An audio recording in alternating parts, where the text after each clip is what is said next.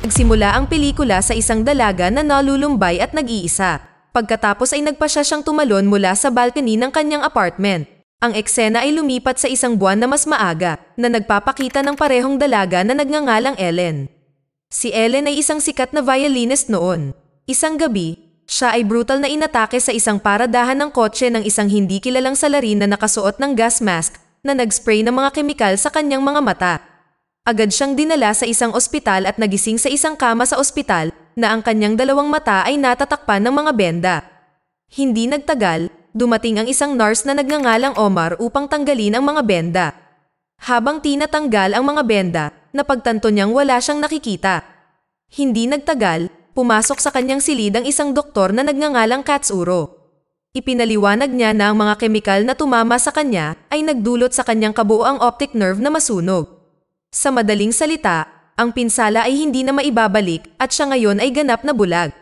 Palibhas ay tuluyang nawalan ng paningin, si Ellen ay nabalisa at nag-aatubiling tinanggap ang kanyang bagong sitwasyon.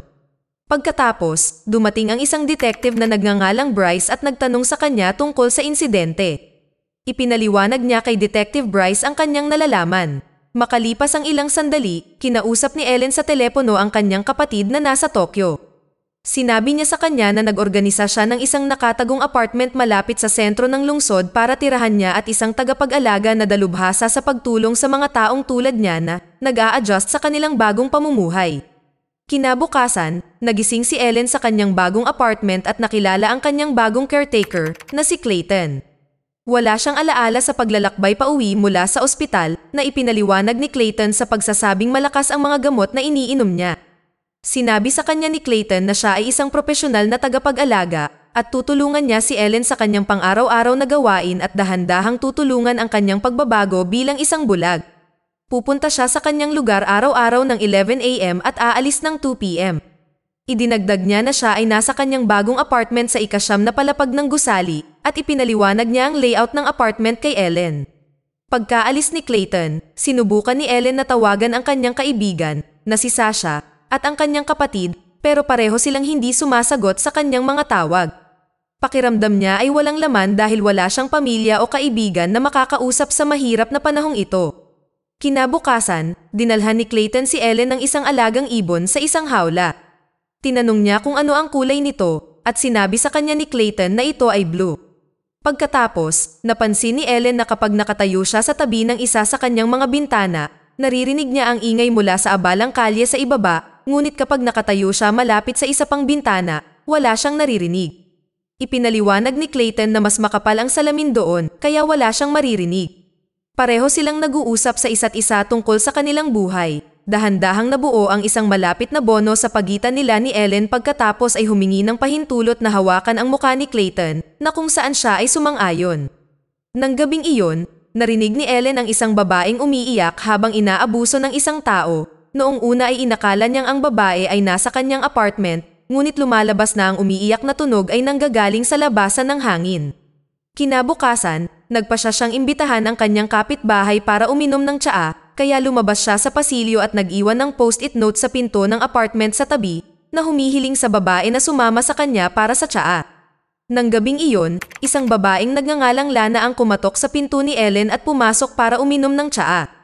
Kumikilos siya ng kakaiba dahil alam niyang violinist noon si Ellen at nawala ang paningin niya. Mukhang marami siyang alam tungkol kay Ellen, kahit kakakilala lang nila. Hinawakan ni Ellen ang kanyang mukha at nagulat siya, nakaramdam siya ng sariwang peklat sa mukha ni Lana. Nag-react si Lana sa pamamagitan ng babala sa kanya na huwag magtiwala sa sinuman at tumakbo siya palabas ng apartment. Nakumbinsi si Ellen na ang asawa ni Lana ay pisikal na inaabuso si Lana. Kaya nakipag-ugnayan si Ellen kay Detective Bryce na sinabi sa kanya ang tungkol sa pang-aabuso na natatanggap ng kanyang kapitbahay mula sa kanyang asawa. Ipinadala ni Detective Bryce si Officer Neiman upang kausapin ang kanyang kapitbahay at tiyaking maayos ang lahat. Nang maglaon, kinumpirma niyang ayos lang siya at ang peklat ay mula pa sa kanyang kapanganakan. Kinaumagahan, may napansin siyang kakaiba sa lugar. Ipinaliwanag niya kay Clayton na ang alarma ng kotse ay tumutunog tuwing 2 araw sa eksaktong 11 AM, ang oras na dumadating si Clayton sa kanyang lugar. Ang parehong kotse, parehong alarma, parehong oras. Tinanggihan ni Clayton ang mga kakaibang bagay, at sinabi kay Ellen na ito ay isang malaking lungsod, ito ay may maraming mga alarma. Maya-maya ng gabing iyon, naisip ni Ellen na papasok muli si Lana sa apartment. Gayunpaman, nang hinawakan niya ang kanyang balikat, ito pala ay ang mapang-abusong asawa ni Lana. Pinagbantaan niya itong huwag pakialaman ang kanyang asawa at tigilan ang pagiging paranoid. Nakaramdam ng pananakot, agad na pinapunta ni Ellen si Clayton sa kanyang lugar. Dumating si Clayton at inaliw siya. Sa oras na iyon, sinabi sa kanya ni Clayton na mayroon siyang nararamdaman para sa kanya. Gayunpaman, tinanggihan ni Ellen ang interes sa pamamagitan ng pagsasabi na kailangan niya ng isang tagapag-alaga ng higit sa isang kasintahan sa ngayon. Broken-hearted, umalis si Clayton sa apartment. Pagkaalis ni Clayton, muli siyang inatake ng taong nakagas mask. Nagawa ni Ellen na tumawag sa 911 bago siya nawalan ng malay habang tinutusok ng salarin ng isang sirang sa kanyang leeg. Nang maglaon, sinabi sa kanya ng paramedic na walang nakikitang pinsala at walang marka ng karayom sa kanyang leeg. Nang pumasok si Detective Bryce, sinabi niya sa kanya na ang CCTV din ay nagpapakitang walang pumasok sa apartment pagkatapos ni Clayton. Pagkatapos marinig iyon, nakaramdam ng pagkabalisa si Ellen, hindi na siya makapaniwala sa sarili niyang mga perception. Pakiramdam na nakahiwalay siya sa lahat ng tao sa kanyang buhay at naniniwalang may sumusunod sa kanya, kaya nagpa siya si Ellen na wakasan ang kanyang sariling buhay. At iyon ay nang tumalon tayo pabalik sa simula ng pelikula habang nagsusulat siya ng tala ng pagpapakamatay at pagkatapos ay umakyat sa rehas ng balcony at tumalon. Gayunpaman, sa halip na mamatay, nahulog si Ellen ng 6 na talampakan at maayos siya. Mabilis niyang napagtanto na nasa isang soundproof na kwarto siya, isang silid na walang pinto, isang silid na may mga speaker na nagpapatugtog ng mga tunog ng lungsod, isang fictional city at isang fictional high-rise. Mabilis niyang napagtanto na peke ang apartment na tinutuluyan niya at lahat ng ingay sa labas ay nagmumula sa isang speaker system. Narinig niyang tumunog ang alarm ng kotse ng alas 11 ng umaga at umakyat siya pabalik sa apartment. Pagkatapos umakyat pabalik sa kanyang apartment, ginalugad niya ang pasilyo para lang malaman na hindi siya makakatakas. Kaya lumabas siya at kumatok sa pintuan ni Lana at sinabi sa kanya ni Lana na ito ay bahay at walang alisan. Dumating si Clayton para magluto ng hapunan ni Ellen. Nang umupo sila para kumain ng hapunan, narinig ni Ellen si Clayton na kumatok sa mesa ng 2 beses. Nakilala ni Ellen ang double tap na katok na ito at napagtanto niya na lahat ng iba pa niyang nakakasalamuha pagkatapos ng pag-atake ay may parehong katok. Doon niya napagtanto na ang lahat ng nakilala niya mula nang magising siya sa ospital, ang nurse, ang doktor, ang police detective, ang paramedic, ang asawa ni Lana, lahat sila ay si Clayton. Napagtanto ang katotohanan ito, nagkunwaring nahulog niya ang kanyang inumin at hinampas si Clayton sa ulo gamit ang lagayan ng kutsilyo. Agad niyang kinuha ang kanyang susi at isang taser at tumakas sa pasilyo sa katabing apartment. Gayunpaman, ito ay isa palang kakaibang walang laman na storage area, kung saan itinatago ni Clayton ang lahat ng kanyang mga kasuotan at lahat ng iba pang kailangan niya upang isagawa ang panloloko na ito. Gumagamit si Clayton ng iba't ibang disguise para laruin ang lahat.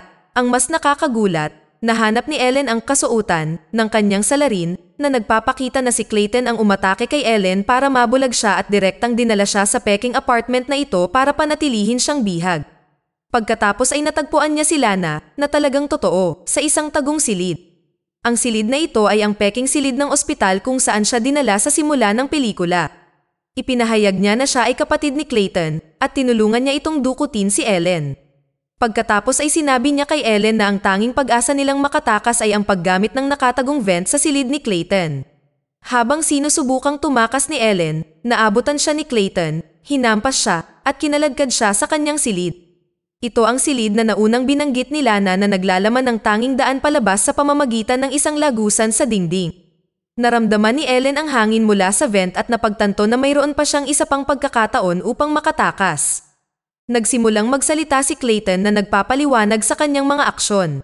Noong bata pa siya, ikinulong siya ng kanyang ama kasama ang kanyang kapatid na babae, na si Lana, sa basement, na binihag sila sa loob ng 3 taon pagkatapos mamatay ang kanilang ina. Ang tanging paraan upang mabuhay si Clayton ay sa pamamagitan ng paggawa ng mga karakter sa kanyang ulo, pagbibigay sa kanila ng mga backstories, at pagpapanggap bilang sila. Ngunit ang tunay na nagligtas sa kanya ay ang musikang tinugtog ni Lana para sa kanila sa attic. Ang musikang narinig niya ay kay Ellen, na isang child prodigy violin player. Tinutukoy niya ito bilang kanyang liwanag sa dilim. Kaya ngayon, gusto niyang maging ganoon din para sa kanya. Habang isinasalaysay niya ang kanyang kwento at mga motibo, si Ellen ay nakakuha ng pagkakataon na i-decapacitate siya gamit ang taser at binuksan ang vent, ngunit natuklasan na ito ay napakaliit para sa kanya upang gumapang. Nakita ni Ellen ang isang maliit na vial na nakatape sa loob ng vent, ang parehong substance na bumulag sa kanya. Nang dumating muli si Clayton, inispray niya ang substance sa kanyang mga mata na epektibong bumulag din sa kanya. Habang namimilipit si Clayton sa sakit, dumating si Lana sa eksena. Nang makitang bulag na si Clayton, pinalaya niya si Ellen, pinapunta siya sa totoong mundo.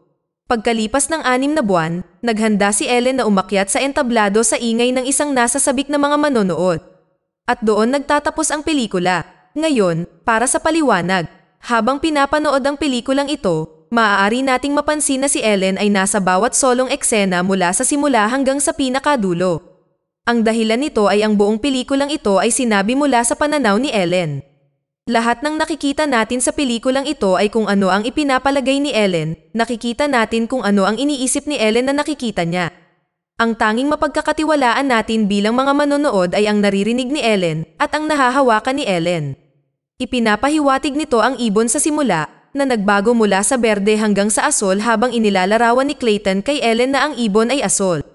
Kung iniisip ni Ellen na ang ibon ay asol, makikita natin ang ibon bilang asol. Kaya naman nang may sumulpot sa harap ni Ellen, lagi nating nakikita ang taong inaakala ni Ellen. Ngunit sa sandaling magsalita ang tao o kapag hinawakan sila ni Ellen, napagtatanto natin kung sino talaga sila, dahil napagtatanto ni Ellen kung sino talaga sila, at ang pananaw na ito ay ginagamit sa buong pelikula. Tulad ng nakikita rin natin sa pelikula, sinubukan ni Ellen na makipag-ugnayan sa kanyang matalik na kaibigan, ngunit hindi siya sumasagot sa kanyang mga tawag. Ito ay dahil inalis siya ni Clayton sa labas ng mundo. Walang ideya ang mga kaibigan at pamilya ni Ellen na nawawala siya. Walang nakakaalam kung nasaan siya o kung ano ang kanyang pinagdadaanan. Sa pagtatapos ng pelikula, ipinaliwanag ni Clayton kay Ellen na gusto niyang maging liwanag sa kadiliman para kay Ellen. Dito, maaari nating ipagpalagay na binulag niya si Ellen sa pag-asa na hindi niya ito kakayanin at kakailanganin niya siya. Sa ganitong paraan, ang kanyang karakter ay kahawig ng isang taong may Munchausen syndrome, na isang problema sa kalusugan ng isip kung saan ang isang tagapag-alaga ay bumubuo o nagdudulot ng sakit o pinsala sa isang taong nasa ilalim ng kanyang pangangalaga. Ipinaliwanag din ni Clayton kay Ellen na gumawa din siya ng iba't ibang personalidad habang nasa attic para magkaroon ng sariling mga imaginary friend. Ginagamit niya ang talentong natutunan niya sa attic ng paglalaro ng maraming karakter para lokohin si Ellen sa paniniwalang nakikipag-ugnayan siya sa maraming karakter. Ginagaya pa niya ang boses ng kapatid ni Ellen. Sa pagtatapos ng pelikula, ang eksena ay naputol sa 6 na buwan pagkatapos na muling tumutugtog ng violin si Ellen sa entablado. Gayunpaman, hindi lubos na malinaw kung mayroon siyang paningin o wala. Maaaring hindi nagsisinungaling si Clayton nang magpanggap siyang doktor na nagsabi sa kanya na ito ay hindi maibabalik. Gayunpaman, dahil nagsisinungaling pa nga siya tungkol sa kulay ng ibon sa kanyang apartment, baka hindi rin natin siya mapagkakatiwalaan tungkol dito, at napaka-posibleng pansamantala lang siyang nabulag.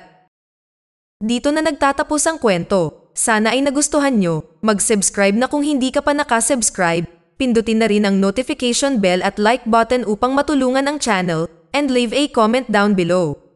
And as always, thank you for watching.